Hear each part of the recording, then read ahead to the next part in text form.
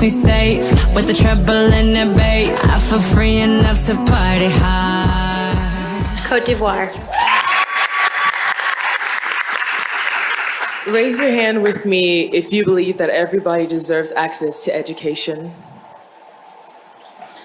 So when I went to these girls in my country and I saw that they were robbed of their dignity, of their innocence, of their women's rights, their parents telling them that they shouldn't go to school, that they don't have a place in school, that they should stay at home, be housewives, get chores, it made me see the opportunity that we have and how fortunate we are to have education.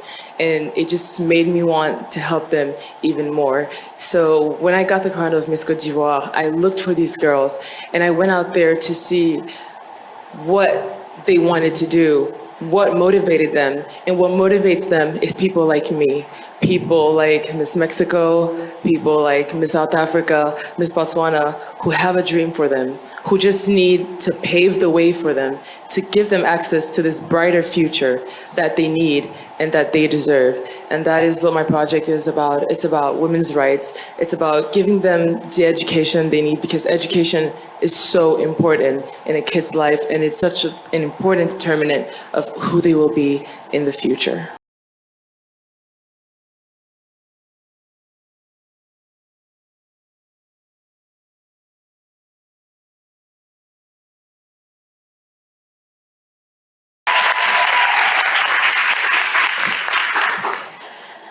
Wela sekolong go a go ithuta. In my language, that translates you go to school to learn. And I know that in all our different languages, we have heard that growing up. We go to school to absorb information, to learn and to be guided by our teachers. And I feel as though those teachers have a superpower. They have the ability to mold a child's way of thinking and viewing and understanding the world, which is why my project is called Lojo Salimeti. This also directly translates into nurture them when they are young.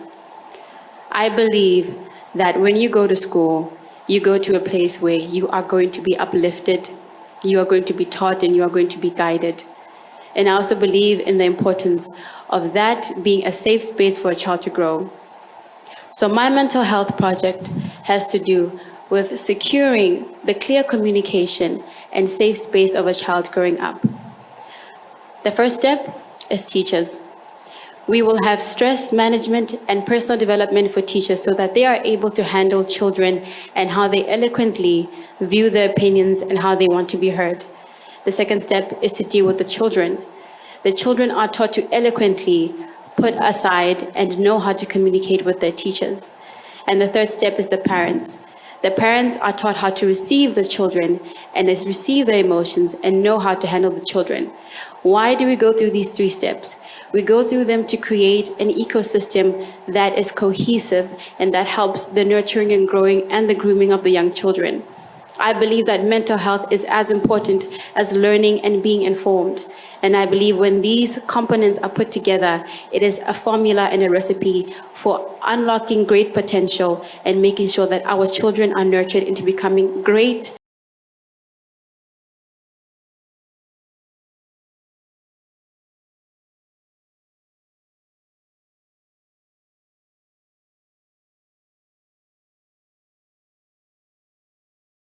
Anay, for my mother, a single mother's journey to love.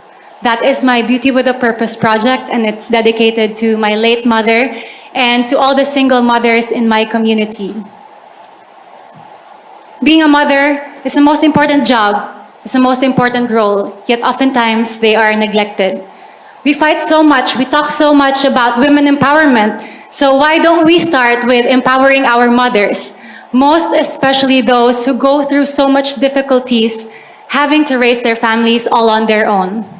Here in Miss World, we are given the chance to fight for causes, to open up meaningful conversations about problems that are otherwise neglected. And here I am, hoping to bring light and to spark a change, positive changes in the lives of single mothers. Back in my community in Cordova, Cebu, there are 2,000 single mothers. So imagine how much more there are in the rest of the world. But they're not given the support, they're not given the help that they need. With my project, we give them a safe space, a community for them to feel loved, to feel that they are heard, that they are understood. More importantly, we give them continuous BPO and computer trainings that they can use to equip them with skills to land better opportunities out there, especially amidst the pandemic. It gives them hope that they can still go out there and learn new things and build a good life for their families. Because that is what I want for them. That is what they deserve. And that is what I would have wanted for my mom too if she was still here. That is my commitment and that is my dream. Thank you.